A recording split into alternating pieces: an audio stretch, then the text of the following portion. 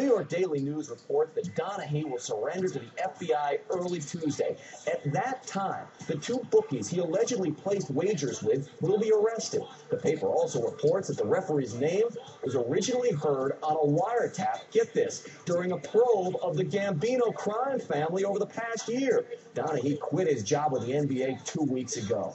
Well, it's the course that eats players up and spits them out. Carnoustie, Scotland, the host of this year's British Open and the site of John Van de Velde's famous choke job 8 years ago. Sergio Garcia went into the final round as a two-stroke leader, but once again, it is a Sunday he would rather forget. Here on 18, Sergio with a one-stroke lead needs to get up and down from the bunker for a win. He then lips out that little 8-footer to send it to a playoff against the Irishman Padraig Harrington, who also had a chance to win early, but watch his tee shot on 18. In Van de Velde fashion, Harrington, with everyone asking, why the driver, Padraig? He blocks it right, and he almost gets lucky as the ball tries to cross the bridge, but goes into the burn. From there, his third shot, take a look, folks, just chunks it. And then again, the ball finds the water. Padraig will get up and down to double bogey.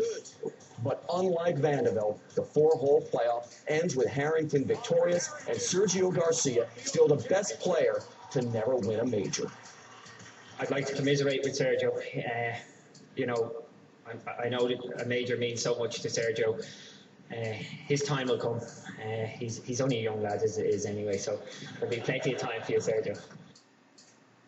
Yeah, plenty of time for Sergio. So here's the Sports Extra question of the week. Do you think Sergio choked? I don't. I think the course just got the best of him. We want to hear your opinion, though. To vote, log on to NBC5i.com. Click on our poll at the bottom of the page. And in other golf news, the British Open wasn't the only golf tournament this weekend. The U.S. Bank Championship going on in Milwaukee. Joe Ogilvy shot a 67 to finish at 14 under for the tournament and the win. Ladies and gentlemen, the time you've all been waiting for is officially here. For him, it's here, but we're also talking about the Cowboys.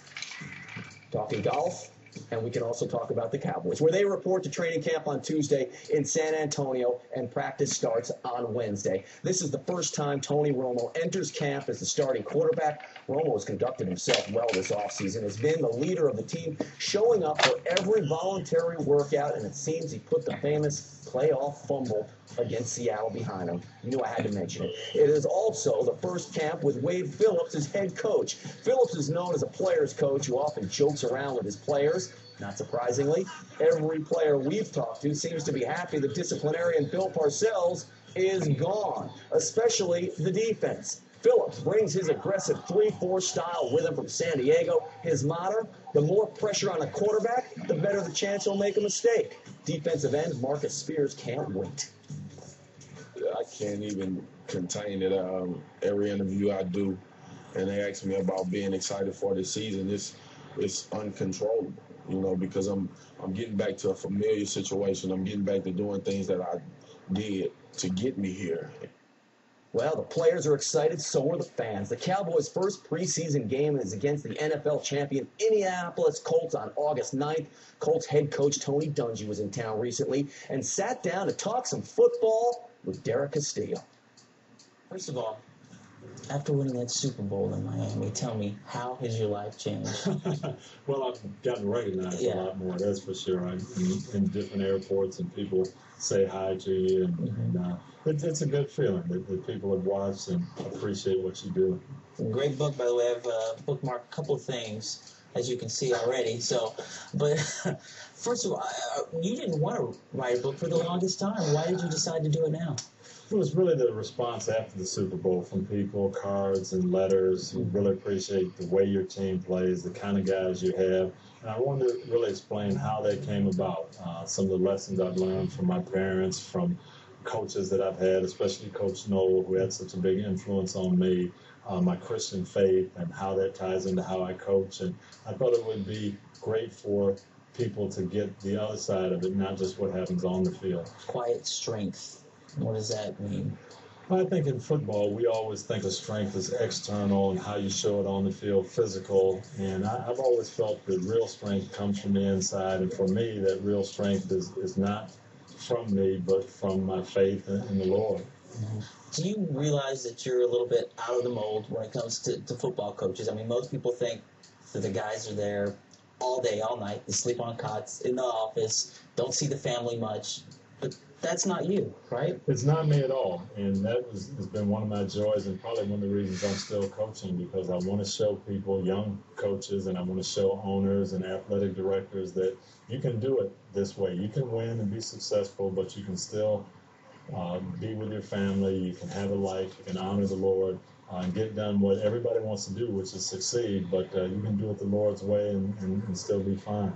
Tell me about the Tonight Show. We saw you the other day. That had to be a kick, huh? It was, and different realm for me, the makeup and all of that, and coming in a limousine to the studio and seeing Jay Leno. And it's funny because you're backstage and you're watching the show, and it just looks like you're at home watching the Tonight Show, but then in 5 minutes you're going to be on there, coming around the corner, and the first time seeing the audience and the whole set and the band. It was quite a thrill. Tell me also about this Cowboy team. From afar, you're seeing there's a new head coach in town, a team that was in the playoffs and kind of ended pretty rough for them. Well, the thing Dallas has is a tremendous defense and some young guys who I think are going to flourish under Wade Phillips. DeMarcus Ware, tremendously talented guy, and I think that 3-4 defense is going to carry him early. Tony Romo in his second year really playing. He has the confidence of the guys around him. They're going to be tough to deal with in the NFC. Do you know Wade?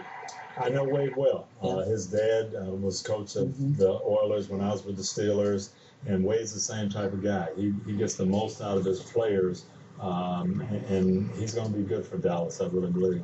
You guys return as champs.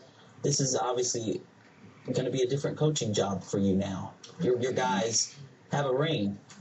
How do you tell these guys, hey, we can get another one? It's different in that it's the first time we're the defending champs, but again, coming from Coach Noel, that's what he always said, that every year is a different year. Every team has to start from square one, and if you use the same methods, you can expect the same results.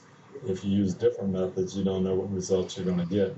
So that'll be our charge to the team. Let's start at square one, stay on top of the details, do the ordinary things, and we'll be fine. And it starts here. It does Dallas. start here in Dallas On that hot turf in August. Thursday night in August, and it should be a great test and get us ready for the season. But we're looking forward to coming down and seeing what we're made of. Hey, thanks, Derek. Tony, that should be a great game to get the Cowboys ready for the regular season. Stick with NBC5 for everything Cowboys. We'll be live from Cowboys Camp in San Antonio with the latest news every day at 6 and 10. And if you want to know anything about the Rangers, there's one man to turn to. Jamie Newberg will have his story coming up.